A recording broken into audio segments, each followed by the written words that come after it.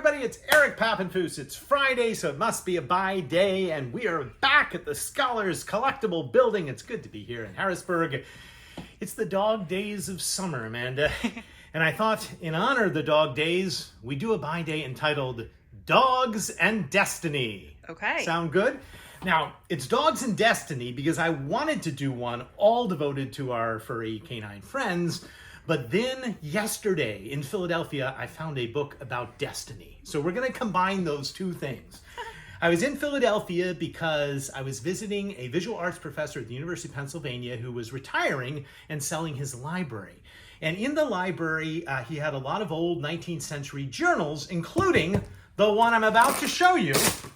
All of which had one thing in common, Amanda. They were all illustrated with sort of engravings of the period. This one's a pretty unusual one. It's one we haven't talked about on Buy Day before. It's called the United States Magazine and Democratic Review. This one published in 1846, volume 17. And with each of the issues of the Democratic Review, they would engrave famous people. Now, the Democratic Review was run by an editor by the name of John O'Sullivan out of New York City, who is a Jacksonian Democrat who supported, among others, James K. Polk and Polk's attempts to become president and Polk's attempts to annex Texas. And it's about destiny, Amanda, because this is the very first mention in American history of the term manifest destiny. So if you zoom in here, I'll read you a little bit about this. It says, why were other reasoning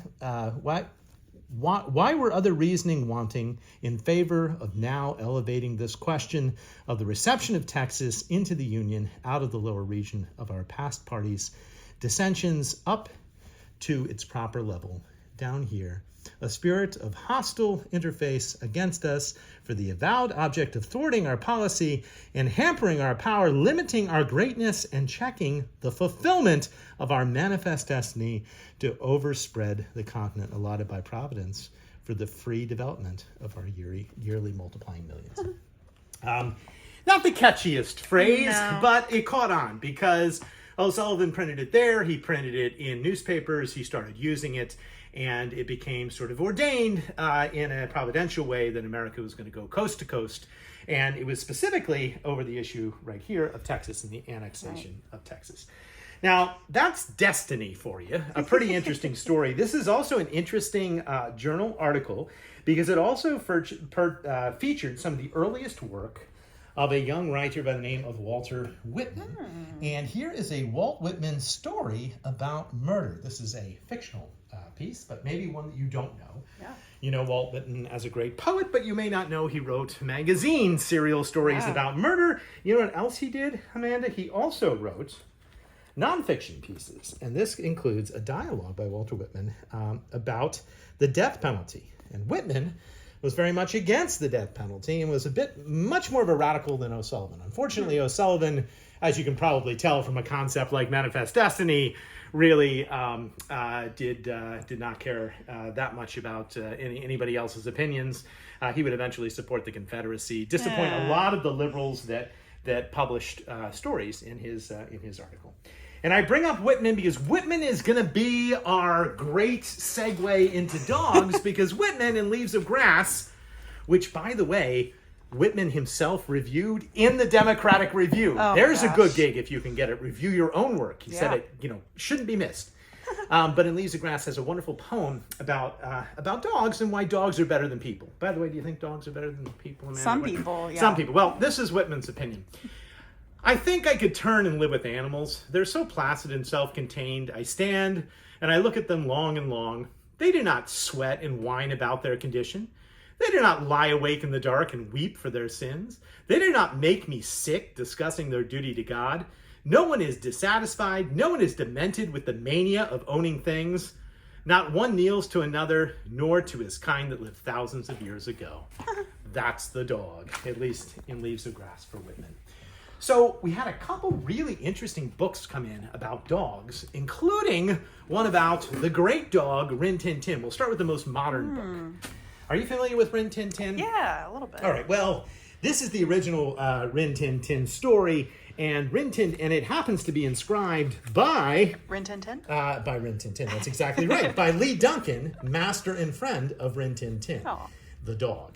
And Lee Duncan discovered Ren Tin, who was a German Shepherd, on the battlefields of World War I.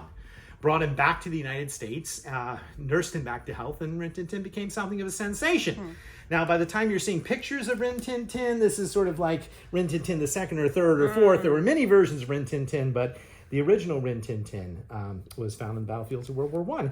And this is inscribed by the person who found him, not even the author of the Ren Tin story, so it's quite rare.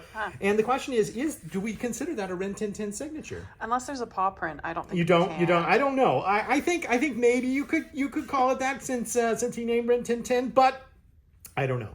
But nonetheless, we may or may not have a book signed by the great Ren Tin the first. Second book I had on dogs is a classic. It's probably the most famous novel written about a dog, and it's another work that should be mandatory reading. It is by Virginia Woolf, and it is her biography, Flush, which is the story of Elizabeth Barrett Browning's Cocker Spaniel. Are you familiar with Flush, Amanda? Well, the story goes that Virginia Woolf had just finished writing her experimental novel, The Waves, which we did show a little bit on By Day in the past, and was just sort of burned out and wanted to do something fun. And so she decided, well, why not write a novel from the point of view of a dog? And then she could tell all her thoughts on sort of society at the time, as well as the Brownings through the eyes of their Cocker Spaniel named Flush. She knew about Flush, by the way, because Elizabeth Barrett Browning had written a poem about her dog Flush, and that serves as the great source material to this book. By the way, I'll show you the title page first of all. This is the first edition of Flush. There's a photo of Flush. Pretty neat. Also, obviously, published by the Hogarth Press. We've talked about Hogarth Press in the past, but that was Virginia Woolf's own press that she founded with Leonard. And here is a picture of Elizabeth Barrett Browning. And so what's really interesting about this book, Amanda, is it talks about marriage from the viewpoint of a dog, and a dog who is feeling jilted, basically. Would you like just a little bit, just a little bit of this so you get a sense of this? This is from Flush's point of view. As he lay there exiled on the carpet, he went through one of those whirlpools of tumultuous emotion in which the soul is either dashed upon the rocks or splintered. Was it to be deconstruction or reconstruction? That was the question. The outlines only of his dilemma can be traced here, for this debate was silence. Twice Flush had done his utmost to kill his enemy. Twice he had failed. That's Flush biting back, literally, trying to get Robert out of the equation. But Flush is not successful in getting Robert out of the equation. Basically, makes do with Robert in the end. There's even a story of kidnapping, which is true and based on an actual story that happened to Elizabeth Barrett Browning. Flush is kidnapped, and they have to pay the ransomers a ransom to get Flush back. This is a great book. It is an unusual Virginia Woolf story. It's one that you should read, and I think you would enjoy. And just to say one last word about dogs, we have an awful lot of books on animals in our collectibles room here. If you go to the nature section, you're going to find books on chickens, you're going to find books on cows and horses, but you're also going to find books on dogs. Here's a beautiful, beautiful old book on dogs. Let me show you the title page first. This is called The General Character of the Dog. It's from America in the 1830s. It goes to show you that dogs were very, there's a dog house, were very, very popular. Now I'm going to ask you a trivia question while we look at these neat pictures of dogs. This tells us the etymological origins of a phrase.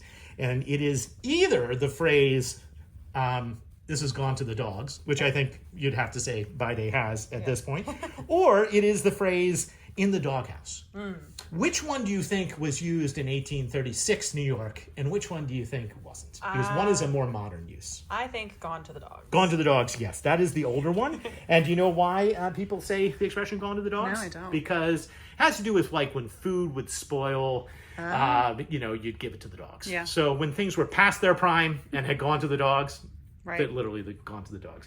May also have a meaning that sometimes dogs were on the outskirts of cities and the outskirts of urban areas, and that was also not a place where you wanted to go. By the way, in the doghouse, that is a literary reference, and that comes from Peter Pan.